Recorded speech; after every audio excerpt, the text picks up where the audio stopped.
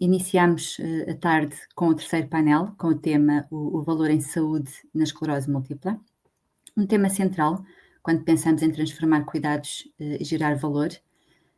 Antes de iniciarmos, relembrar mais uma vez ao nosso público que poderão ir colocando questões aos nossos oradores, de acordo com os temas apresentados, agora ao longo destes painéis que vamos ter esta tarde. Essas questões deverão ser colocadas através do chat da plataforma onde se encontram a assistir ao Congresso.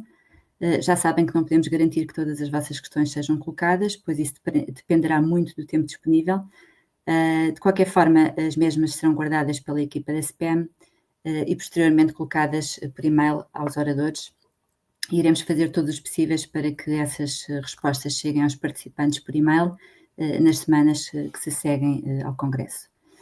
Vamos então iniciar o painel. Temos como keynote o Dr. Filipe Costa, que passa a apresentar. O Dr. Filipe Costa é fundador da Vision for Value e professor da nova SBE, da nova School of Business and Economics. Doutorado em Gestão da nova SBE, tem um MBA, mestrado em Gestão, pelo ISCTE, Instituto Universitário, e uma pós-graduação em Value Measurement for Healthcare na Harvard Business School. Professor assistente adjunto, investigador da nova SBE e gestor de operações em saúde. Liderou e realizou vários projetos nacionais e internacionais na área da gestão em saúde. As áreas nas quais investiga, leciona e implementa prendem-se com o conceito de Value-Based Healthcare, gestão da saúde, teoria das organizações, gestão das operações, financiamento da saúde, análise de custos e melhoria de processos nas organizações. Atualmente é CEO da Vision for Value. Muito boa tarde, Dr. Filipe. Faça favor de começar a sua apresentação. Bem-vindo. Olá, muito boa tarde. Espero que todos me estejam a escutar convenientemente. Penso que sim, penso que sim. Antes de mais, muito boa tarde, bem-vindos a este fantástico cenário que já passarei a explicar o porquê de estarmos aqui debaixo d'água, literalmente a falarmos sobre uma temática tão importante. E passarei a explicar exatamente o que é que constitui estes conceitos de Value-Based Healthcare. E fico muito contente, antes de mais agradecer à SPAM e em nome do Alexandre, do engenheiro Alexandre, a possibilidade de estar a participar nesta conferência, nesta capacidade de trazermos realmente os resultados e falarmos sobre uma temática tão importante e nada melhor porque o título da própria apresentação, o título do próprio congresso é transformar cuidados, gerar valor. Então, o que é isto de gerar valor e o que é isto de estarmos a falar sobre esta componente? E eu costumo dizer que há uns anos eu tinha um sonho, há uns anos muito grandes, tinha um sonho quando comecei a avaliar todas estas componentes de valor em saúde, de Value-Based Healthcare. Eu não gosto muito de falar de fazer uma tradução simultânea sobre isto.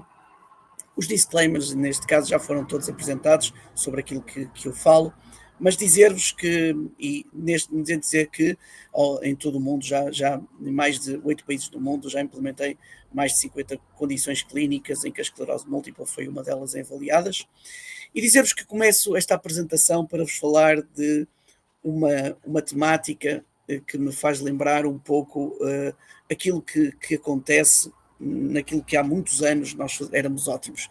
Nós éramos ótimos navegadores. Caminhávamos por este mar fora, muitas vezes sem qualquer instrumento de rumo, de medição, de capacidade de irmos por este país fora, e na realidade a questão é exatamente essa. É que só mesmo nós portugueses é que nos colocaríamos numa caravela, colocaríamos pelo mar dentro e não sabíamos verdadeiramente para onde é que íamos ou o que é que iríamos fazer. E por isso eu gosto muito desta expressão que visão sem ação é um sonho, mas na realidade a ação sem visão é um pesadelo. E é aquilo que vamos ver e temos visto ao longo de todos estes tempos é que verdadeiramente temos alguns desafios estruturais. Aquilo que temos visto é que a tripulação sabe navegar, muitas vezes tem experiência, não vê completamente à frente, o nevoeiro é muito intenso e o risco é elevado. E cada decisão importa, cada decisão que tomamos hoje em dia tem uma consequência absolutamente muito, muito pertinente, e aqui é aqui que o doente pode assumir o seu verdadeiro papel, e eu acho que impertrivelmente os doentes têm que assumir um papel completamente diferente daquilo que tem sido até agora o papel determinante, e na realidade vamos ver quais são os instrumentos e quais são as capacidades que temos para expressar todo este desenvolvimento. E por isso, a apresentação de hoje, e eu ouço todos os dias uma série de profissionais de saúde a refletirem e dizerem que estão debaixo d'água. Todos os dias nos dizem, vivemos debaixo d'água, vivemos num clima em que não temos tempo, não temos capacidade. Ora, hoje eu decidi, exatamente para transmitirmos esta informação, fazendo esta apresentação debaixo d'água, e na realidade o objetivo é que como é que vamos verdadeiramente aprender a viver alegremente debaixo d'água, porque tão cedo não vamos emergir para uma capacidade de estarmos à tona, como vamos ver, tão cedo não vamos conseguir respirar de uma forma tão calma e tranquila, e por isso devemos de viver alegremente debaixo d'água. A primeira questão é que normalmente as pessoas querem correr a maratona sem aprender a gatinhar, e por isso é muito importante perceber que passos são importantes serem dados para aprendermos a gatinhar antes de corrermos a maratona.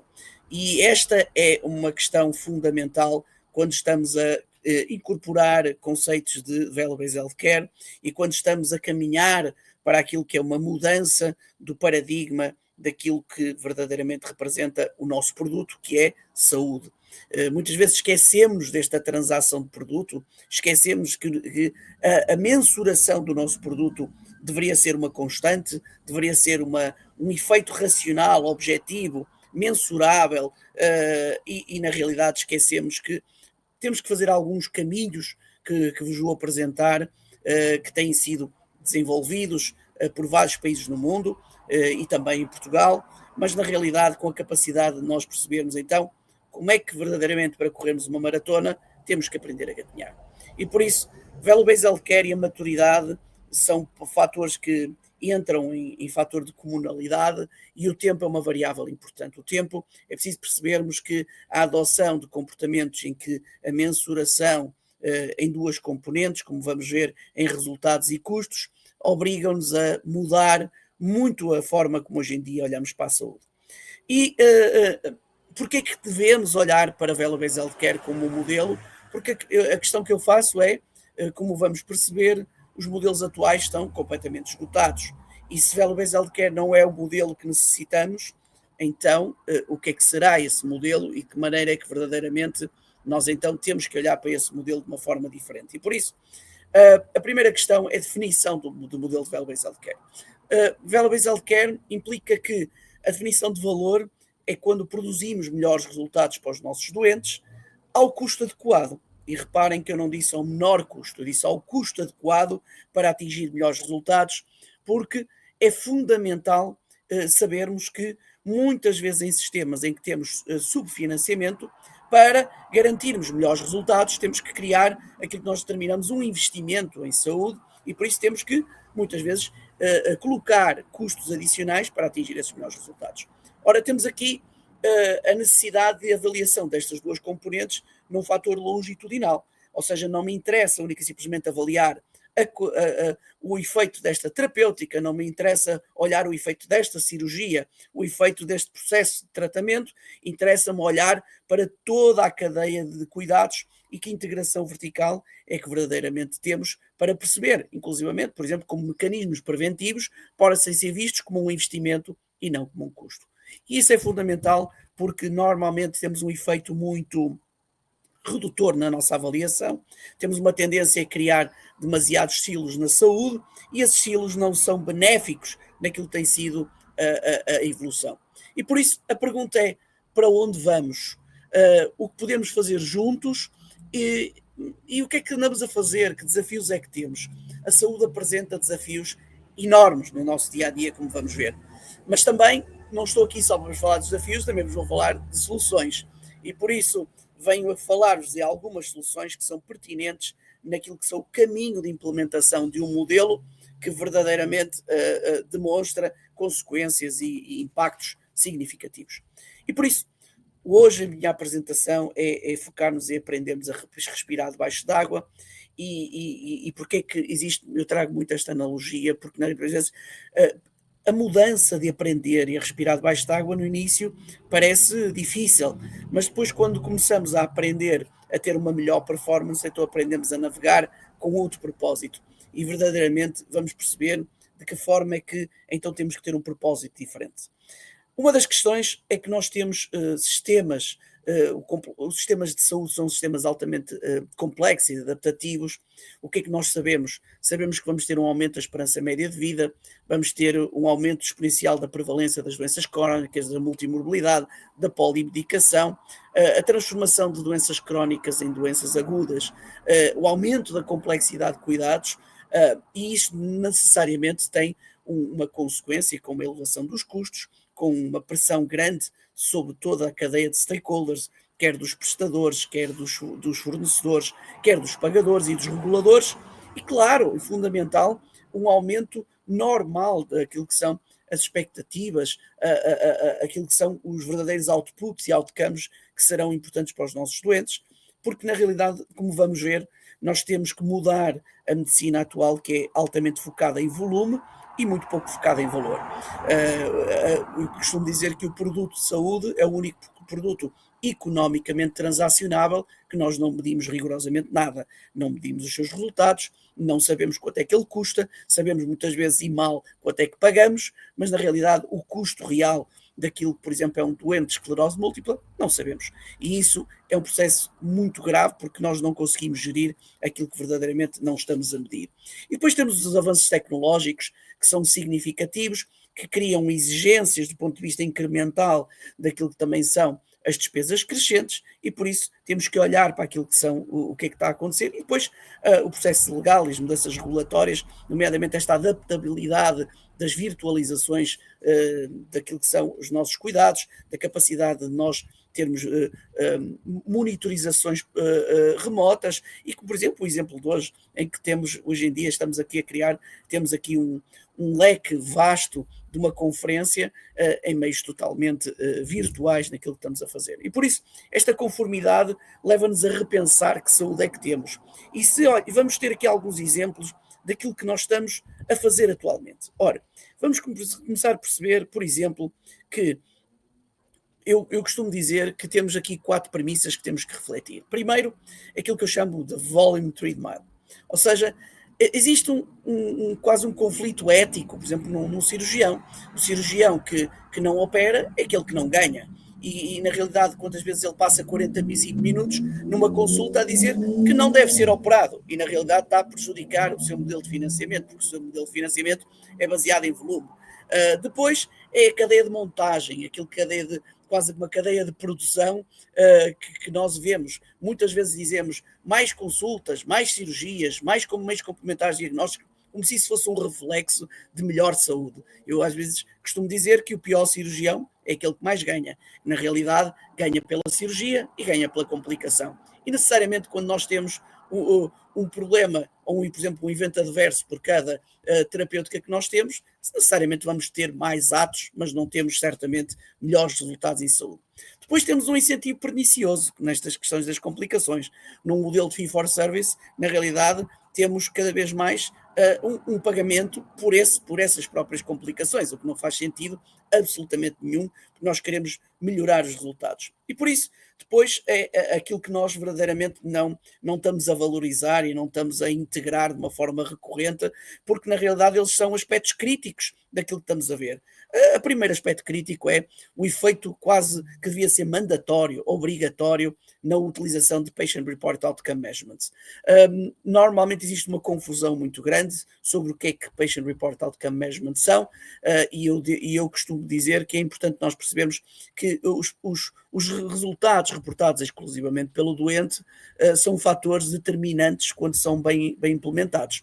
Nomeadamente, a definição de um Patient Reported Outcome implica que estamos a falar de um reporte clínico, de resultados clínicos que são expressos exclusivamente pelos doentes e não pelo aquilo que é um fator indireto daquilo que são a interpretação daquilo que estamos a fazer. E por isso há um conjunto de regras muito importantes. Depois o nosso sistema não valoriza, por exemplo, as reabilitações, as otimizações, as pré-habilitações, a continuidade de cuidados, a capacidade de monitorização do doente numa jornada contínua para vermos se isto verdadeiramente estamos a falar de custos ou de investimentos, e os cuidados certos no momento certo. Na realidade é um modelo que nós temos que cada vez mais olharmos para perceber o que é que estamos a fazer. Depois temos o burnout significativo dos nossos profissionais de saúde, a duplicação de informação, a capacidade de nós nem sequer conseguimos perceber que ajustes de risco corretos temos na nossa população, quando verdadeiramente deveríamos ter um índice de significância local para aquilo que é os resultados pela sua estratificação, e que variáveis é que criam verdadeiramente esta estratificação. Depois temos um padrão de inovação que verdadeiramente nos acompanha, que vai ser as novas tecnologias, as novas terapêuticas, são vistas como. E isso é um tema que nos obriga a pensar. Bem, vamos só um pouco a números, porque eu acho que é importante termos noção do que é que está a acontecer. Neste momento, a despesa da saúde pelo mundo é crescente, 10,9% do PIB. Se repararem, o crescimento é abrupto, é muito significativo.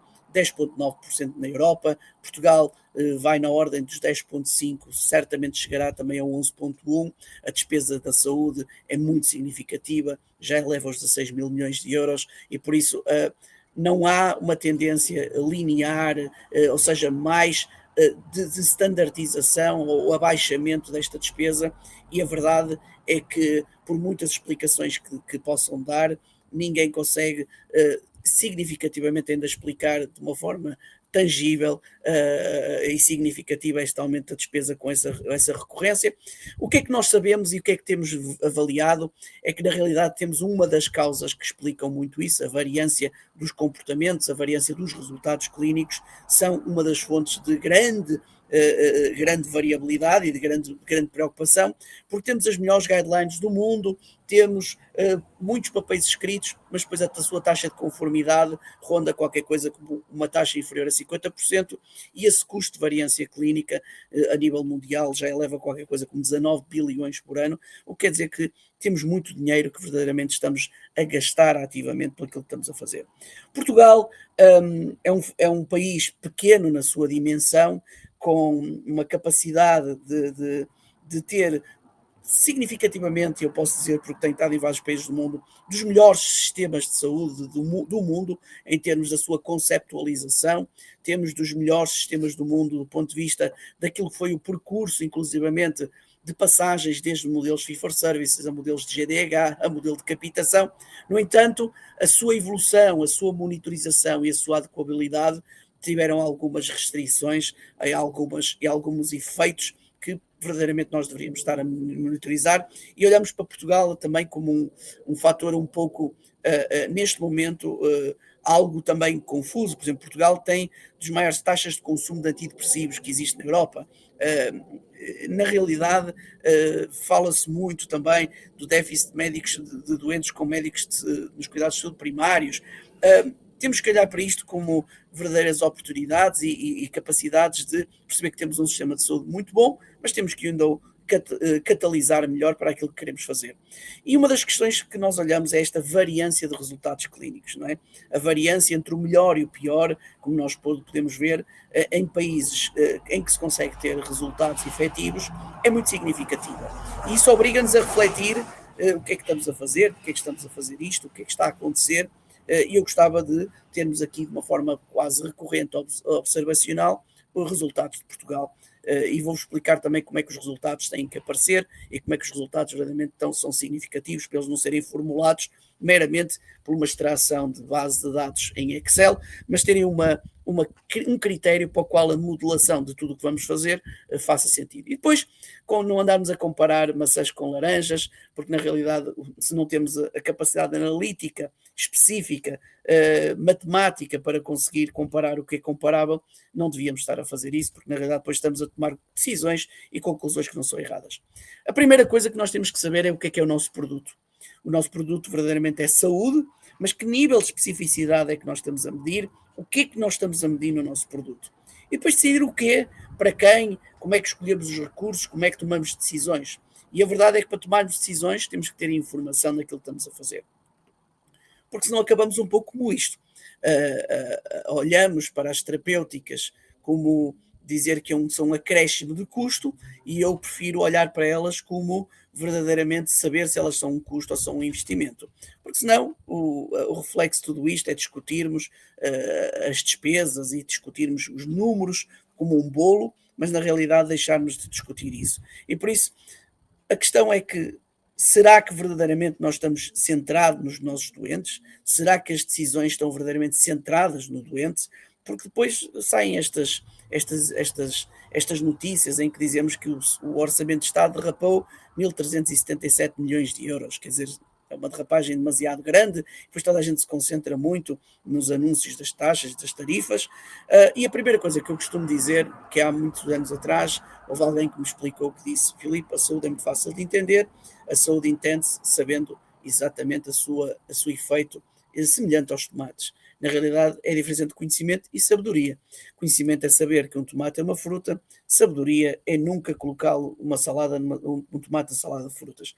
E o que nós temos andado a criar são muito maus sabores nas nossas saladas de frutas, mas na realidade não sabemos o que é que verdadeiramente está a distinguir isso. E por isso, quando falamos em decisões centradas no doente, temos que perceber verdadeiramente o que é que estamos a falar. Temos que ser tangíveis, temos que ser objetivos, temos que saber verdadeiramente o que é que está a acontecer aos nossos doentes, porque a maior parte das vezes todos conhecemos na atividade clínica a fisiologia, mas será que as pessoas percebem verdadeiramente o que é essa experiência, o que é verdadeiramente aquela dor, o que é verdadeiramente aquela consequência?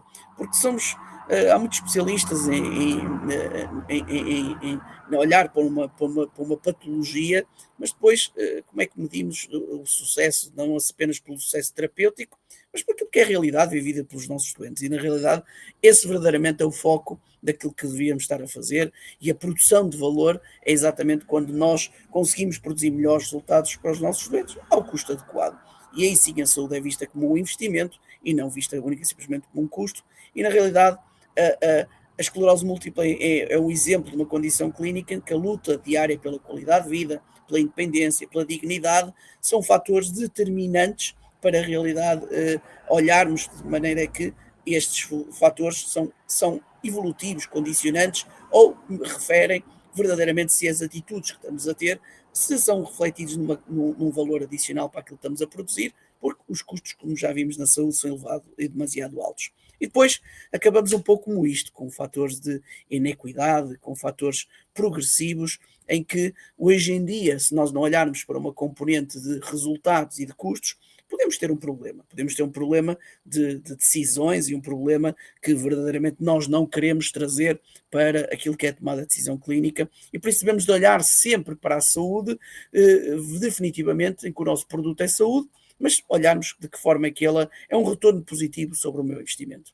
E por isso, um dos aspectos muito importantes, porque normalmente as pessoas dizem: nós não temos dados, nós não conseguimos aferir. Sim, nós temos dados, temos muitos dados, mas a questão é que nós não conseguimos, é de uma forma recorrente, observacionável, em que ninguém toca nos dados primários, transformar os dados em informação, informação em conhecimento, conhecimento em sabedoria.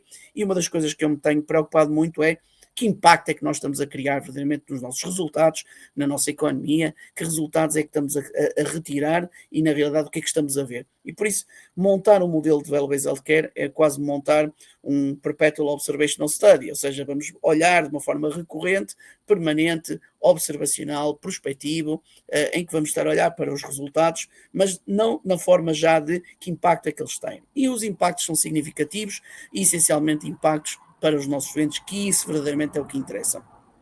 E por isso, nós neste momento, em jeito de algum resumo daquilo que se tem falado até agora, nós temos 3 grandes crises a nível mundial. Temos uma crise de valor, temos um retorno decrescente daquilo que são os crescimentos insustentáveis dos custos, uma variação da prática inexplicada, uma crescente desconexão entre a pesquisa e a prática clínica, temos um acesso deficitário a dados padronizados na prática clínica, um desequilíbrio nas despesas entre a investigação e desenvolvimento, e temos agora um problema gravíssimo, que é uma crise de propósito. Temos cada vez mais 1 em cada 5 profissionais de saúde já teve pelo menos um sintoma de burnout, temos uma imensa resistência à mudança, e a questão dos interesses adquiridos são algo que devemos refletir.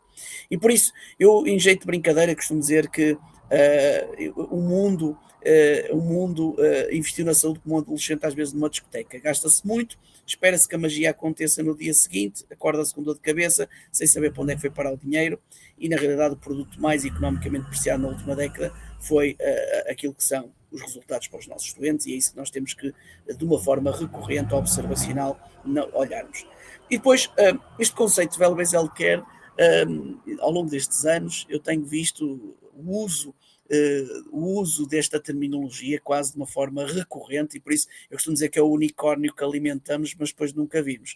E na realidade, nós não podemos tratar este conceito como uma figura mítica, e na realidade o objetivo do impacto significativo que este conceito traz para a realidade é um impacto muitíssimo grande, com capacidade de tornar tangível e uma imersão daquilo que são os resultados reais e os custos. E por isso, falar de valor em saúde é falarmos de uma transformação. Uma transformação, primeiro, uma transformação que vai ser organizacional. E por isso eu costumo dizer que não devemos de olhar para a terminologia de Value-Based Healthcare como o uso dela de uma forma indevida, porque na realidade depois os resultados são completamente diferentes daquilo que queremos. E a pergunta do €1.000.000 é: então, mas como é que isto se começa? Como é que se funciona a curto prazo? Quem é que são os stakeholders? Como é que nós vamos implementar? Então eu vou-vos trazer aqui só 9 pilares fundamentais daquilo que são os processos de verdadeiramente implementação. O primeiro são processos de transformação, e o primeiro é um pilar de transformação da cultura organizacional. Tipicamente as organizações não estão habituadas a medir, não estão habituadas a medir de forma recorrente os seus custos, não estão habituadas de forma recorrente a medir os seus custos por condição clínica, e não estão certamente de uma forma muito recorrente habituadas a medir resultados clínicos, ou seja, isto de uma forma completamente independente, objetiva e de que forma prospectiva. E por isso, eu costumo dizer que a cultura como a estratégia ao pequeno almoço, e por isso, se nós não tivermos a cultura certa, podemos ter a melhor estratégia do mundo, nunca vamos conseguir chegar verdadeiramente ao propósito daquilo que é a nossa ação. Isto requer mudança. A mudança requer tempo, e por isso vai haver, e é preciso termos noção que o tempo é algo que é uma variável que nós não podemos nos omiscuir naquilo que é essa relação. E por isso, eu estudei várias organizações em estudos prospectivos, e percebemos que a implementação de modelos de Value-Based Healthcare nos traz níveis de alavancagem na organização significativos. Melhor capacidade de confiança, melhor processo de compromisso, melhor capacidade organizacional, menor resistência à mudança e mais sentido de accountability, com maior evidência do que estamos a produzir. E por isso, esta abordagem é uma abordagem de mecanismos compreensivos, de colaboração, desenvolvimento, mas fazem-se projetos a projetos, por linha de condição clínica a linha de condição clínica, e por isso é tão importante desenvolvermos projetos que sejam por linha de condição clínica, que tenham esta capacidade perspectiva. O segundo pilar é a visão estratégica a nível de excelência operacional. Este encontro entre a estratégia e a operação é fundamental naquilo que vamos a montar, porque a estratégia, como dizia Michael Porter, não é só decidir o que fazer, é também decidir o que não fazer, porque na realidade estamos sempre a acrescentar atos, sempre a acrescentar quantidades, mas depois esquecemos fundamentalmente do que é que não devemos de fazer, porque na realidade às vezes o que não devemos de fazer é aquilo que verdadeiramente também produz valor. E por isso temos várias etapas de projeto, com pilotos de programa, como vamos ver. O terceiro pilar é os estilos de liderança. As lideranças hoje em dia já não devem ser burocráticas, mecanicistas, têm que ser vulneráveis, têm que ser integradoras, com capacidade de potenciar quem está no terreno para maiores tomadas de decisão, e na realidade os estilos de liderança têm que mudar significativamente para que tenhamos sim um apoio top-bottom, mas tenhamos um nível de alavancagem bottom-up. E isto é um propósito significativo naquilo que estamos a fazer, e o exemplo disso é as necessidades de introduções, por exemplo, de projetos que foram incluídos em Portugal, projetos de medição na esclerose múltipla, que foram verdadeiramente significativos na alavancagem daquilo que são a definição dos indicadores, aquilo que são as resistências que vamos ter ao longo do tempo, e foram bastantes, desde inclusivamente, por exemplo, a própria capacidade de tempo a uma ressonância, os constrangimentos de recursos humanos, a capacidade de recolher dados de uma forma efetiva, problemas de gestão e suporte financeiro, o tempo e compliance para conseguirmos monitorizar resultados, as políticas integradoras de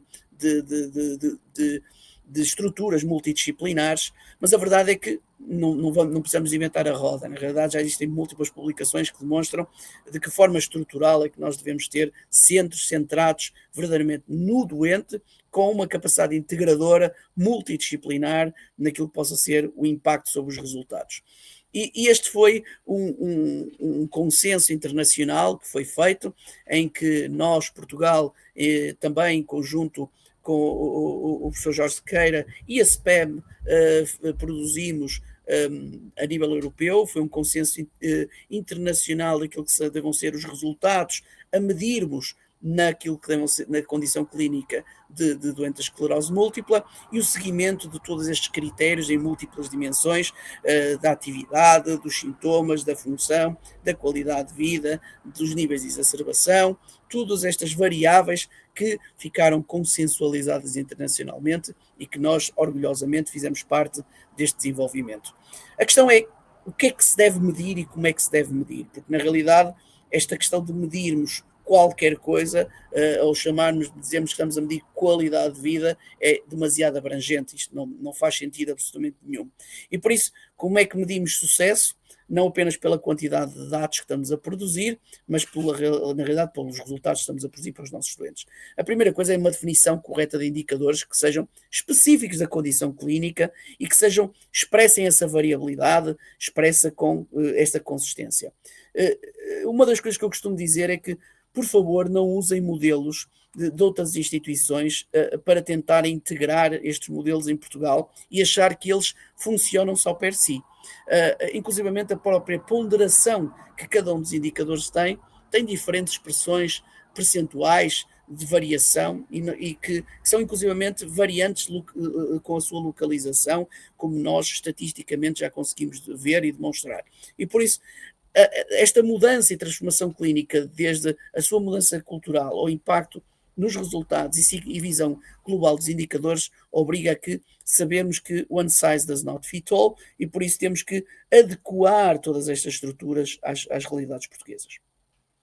Eu costumo dizer que o valor que nós geramos revela os valores em que nos concentramos, e por isso um ovo partido por dentro nasce um belo pintainho, partido por fora sai uma bela gemada, e na realidade os Patient Reported Outcomes são ferramentas potentíssimas que colocam o doente com a sua voz ativa e significativa, e unidades de Value-Based Healthcare que têm processos muito evoluídos, os PROMs já refletem quase 50% da importância para a tomada de decisão clínica, quando bem implementados, que são quase às vezes estratificadores de risco, são quase elementos alavancadores de modelos inclusivamente prospectivos, mas nós não podemos usar ferramentas que não estejam validadas para a nossa população, para aquilo que é a nossa língua, porque senão eles verdadeiramente não têm o mesmo índice de sensibilidade, e por isso é muito importante que estes instrumentos que obrigam a que o doente, seja ele exclusivamente a reportar aquilo que está definido, não possa ter intervenção de ninguém, seja validado para a sua língua, para a sua sensibilidade e a sua especificidade.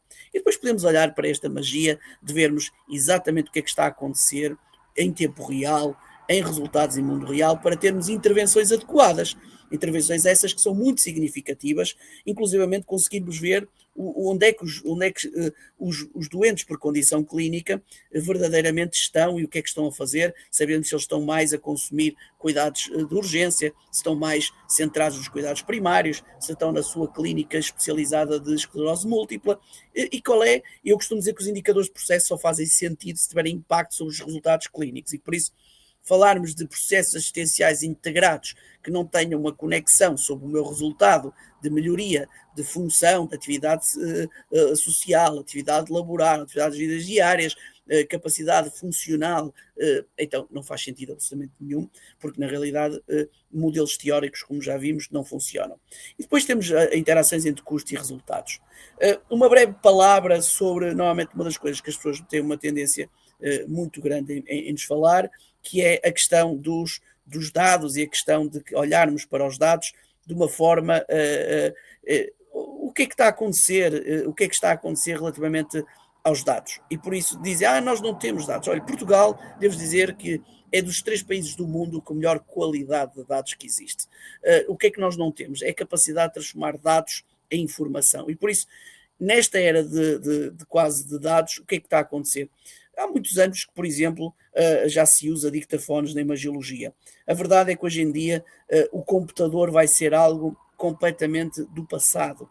No ambiente consulta médico-doente, hoje em dia com as novas tecnologias já se consegue descodificar e transformar em código tudo aquilo que está a ser a inter-relação médico-doente e na realidade, quando digo médico, clínico-doente, na realidade com a transformação disto direto em código, em linguagem estruturada, e isto tem demonstrado inclusive uma maior conexão do ente clínico no seu processo, em que os clínicos deixam de gastar 62% do seu tempo, que é este o número que neste momento estão a gastar em tarefas administrativas, para se focarem verdadeiramente nos doentes. Isto é muito importante porque o nível de especificidade clínica para a tomada de decisão aumenta inclusivamente significativamente. E por isso, este é um estudo que mostra verdadeiramente que Portugal é um dos países com maior maturidade digital e qualidade de dados. E por isso, eu costumo dizer que nós não devíamos estar a trabalhar num resultado a olhar sempre para trás, nós temos que olhar para a frente, mas há regras quando estamos a trabalhar estas estruturas em que ninguém toca nos dados primários. Primeiro é que os dados têm que ser transparentes, eles têm que demonstrar aquilo que estamos a fazer. Segundo, eles têm que ser reprodutíveis. E por isso esta integração, esta consistência e esta robustez dos dados é algo muito importante naquilo que estamos a fazer e acima de tudo tem que ser à prova de adulteração. E por isso, nos modelos de Value-Based Healthcare, nós temos integrado modelos chamados modelos Zero Trust, em que ninguém toca nos dados primários dos doentes. Ninguém verdadeiramente é capaz de saber quem é que é aquele doente. Nós só trabalhamos ativamente em dados secundários, já dados agregados, e por isso esta capacidade de os dados estarem locais, não manipuláveis, tem sido muito significativo, dados do mundo real, em que verdadeiramente esta estrutura, não vou ser muito específico nisto, porque é uma questão mais técnica, a capacidade da geração desta evidência em mundo real é algo que tem sido significativo para, no momento em que estamos a decidir, temos muito mais este fator mutável, mas os dados não podem sair, inclusive, de dentro das OLS, não podemos ter dados em cloud, porque na realidade não sabemos o que é que estão a ser feitos com estes dados, temos que ter dados que sejam seguros, confiáveis, replicáveis, transparentes naquilo que estamos a fazer, e por isso os prestadores cada vez mais, independentemente de quem sejam os seus processos eletrónicos, vão trabalhar em modelos Zero Trust, com uma infraestrutura local, em que depois vamos agregar tudo que seja estruturas de recolha, quer seja de promos, quer seja de contratos, para, sim, com mecanismos de Advanced Analytics, ajudarmos, inclusivamente, a se tomar melhores decisões. Porque nós queremos produzir melhores resultados para os nossos doentes ao custo adequado. E por isso, esta capacidade integradora de criação de data lakes permite que nós, em dashboard, estejamos a ver em real time quais são os resultados verdadeiramente importantes para os nossos doentes e os custos adequados. Porque eu costumo dizer que nós não trabalhamos, não conduzimos um carro a olhar para o espelho retrovisor. Nós conduzimos um carro a olhar para a frente. E por isso, esta questão dos estudos observacionais perpétuos, de mundo real, esta capacidade de termos mecanismos preditivos é fundamental na nossa ciência e por isso a inovação dos dados é algo muito significativo que eu gostaria de referir, e este é um estudo que nós produzimos numa OLS em que se demonstra... Doutor, peço desculpa interrompê-lo, temos que apressar, pois estamos mesmo já no limite do tempo. Ok. Muito bem, também agora para dar entrada, portanto, quando puder terminar. Muito bem. Obrigada.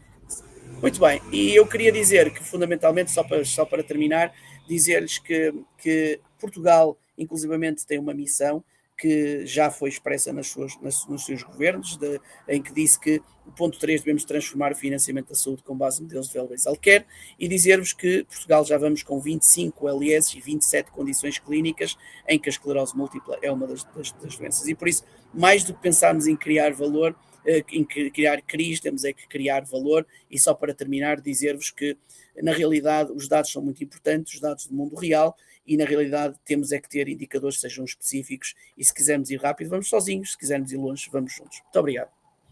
Muito obrigada, Dr. Filipe, muito obrigada. Vamos então dar entrada aos oradores convidados para este painel. Temos connosco a doutora Ana Sampaio e o Dr. Paulo Nunes Abreu. A doutora Ana Sampaio é presidente da APDI, é uma gestora apaixonada pela melhoria contínua e pela gestão em saúde baseada em valor.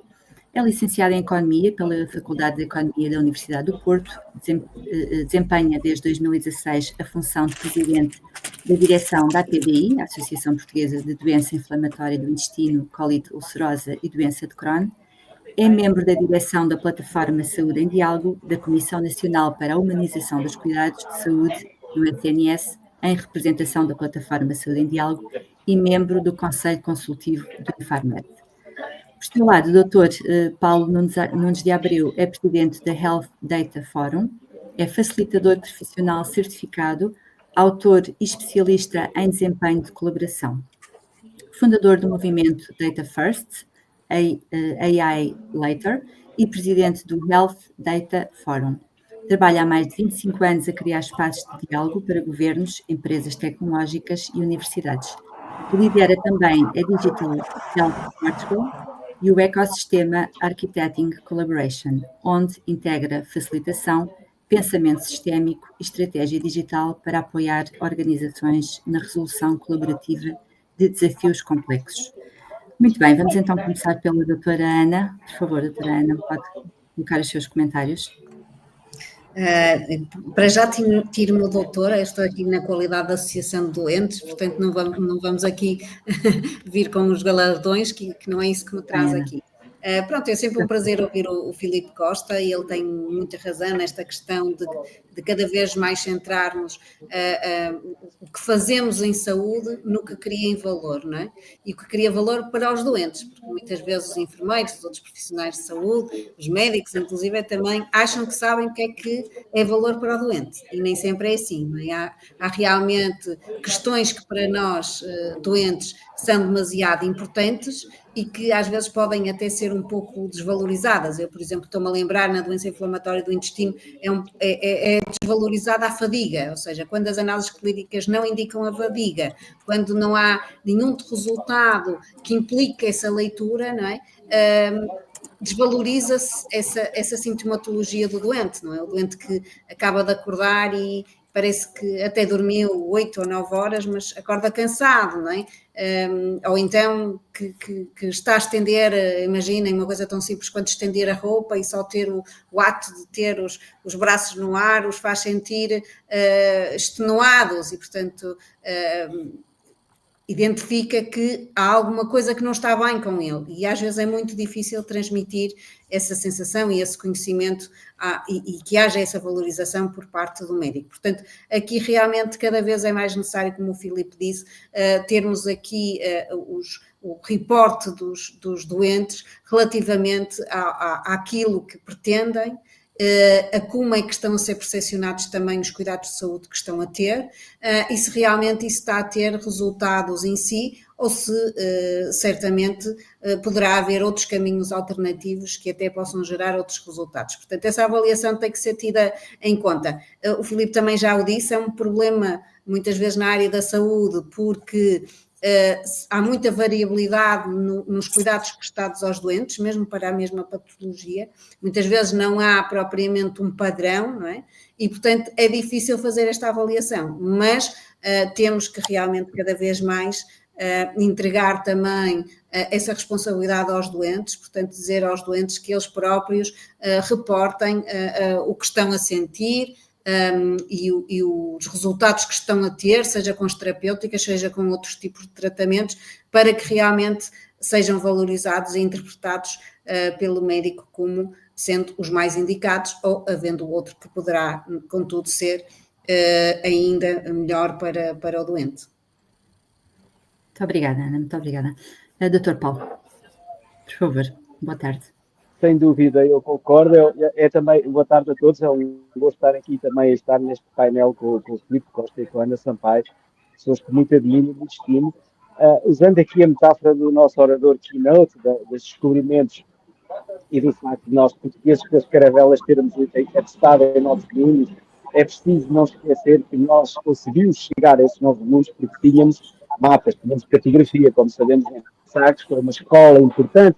O Infante Dom Henrique conseguiu reunir aí um conjunto de conhecimento sem precedentes na altura e que possibilitou o ir e o voltar, não é? E esse elemento dos dados são o nosso mapa, a nossa cartografia, para poder identificar como é que essa brutal variabilidade clínica que referiu aqui já o Filipe, que é a fonte de um gasto desnecessário, quer dizer, de um desperdício de recursos, nós conseguimos concentrar os nossos esforços na medicina personalizada. Eu gostava de introduzir aqui, neste painel, uma questão que talvez tenha sido abordada já noutros painéis do Congresso. Eu, infelizmente, enquanto-me aqui na Madeira, com muita pena, não posso estar em falar hoje, mas é a fala da genómica. A genómica, eu penso que será a dimensão de dados em saúde que nos pode possibilitar ir mais ao fundo e começarmos a falar não do tratamento da doença, mas mesmo no tratamento da pessoa, na cura, na aproximação à cura, não é? E isso é o caminho, é o desafio que nos pode trazer através da genómica, encontrarmos padrões com a evidência do mundo real, como bem refere o Filipe, padrões de desempenho de fármacos que tudo e simplesmente podem ter muitos efeitos em determinados tipos genéticos, mas não noutros, e portanto essa diferenciação tem que começar a ocorrer, essa dimensão da ciência tem que ser mais incentivada, e a nossa proposta, aquilo que propomos no nosso movimento Data First AI Later, tem precisamente a ver com a criação no Algarve, do evento que estamos a organizar para 2026, do Algarve Rare Disease Health Innovation Valley. Tentarmos recriar, neste espírito dos descobrimentos de Sagres, um centro de competência e de inovação na investigação das doenças raras no Algarve, uma tarefa que está mesmo aqui ao nosso alcance. Muito obrigada, doutor, muito obrigada. Não vamos atrasar muito aqui este painel, mas gostava só de lançar aqui uma pergunta geral para todos, para vocês os três, quem quiser responder. Não sei se saberão responder, mas de facto isto é uma questão que está muito ao lado do doente. Mas, na vossa opinião, que resultados realmente importam às pessoas com esclerose múltipla e como é que se podem integrar esses resultados nos modelos de valor? Bem, eu acho que tenho mesmo que questionar as pessoas, não é? Porque assim, nem todas as pessoas lhe vão dizer a mesma coisa. Provavelmente pode haver variação, não é? De pessoa para pessoa, mas certamente que tem a ver com desempenhar o papel que qualquer outra pessoa da mesma idade desempenha. Portanto, conseguir ter a sua independência, não é? Ter a sua qualidade de vida, conseguir estar com a sua família, conseguir ir buscar, por exemplo, os filhos à escola, conseguir estar numa reunião ou num convívio com os amigos, conseguir trabalhar, portanto, tudo aquilo que a pessoa valoriza e que às vezes pode ser diferente. Da autonomia, não é?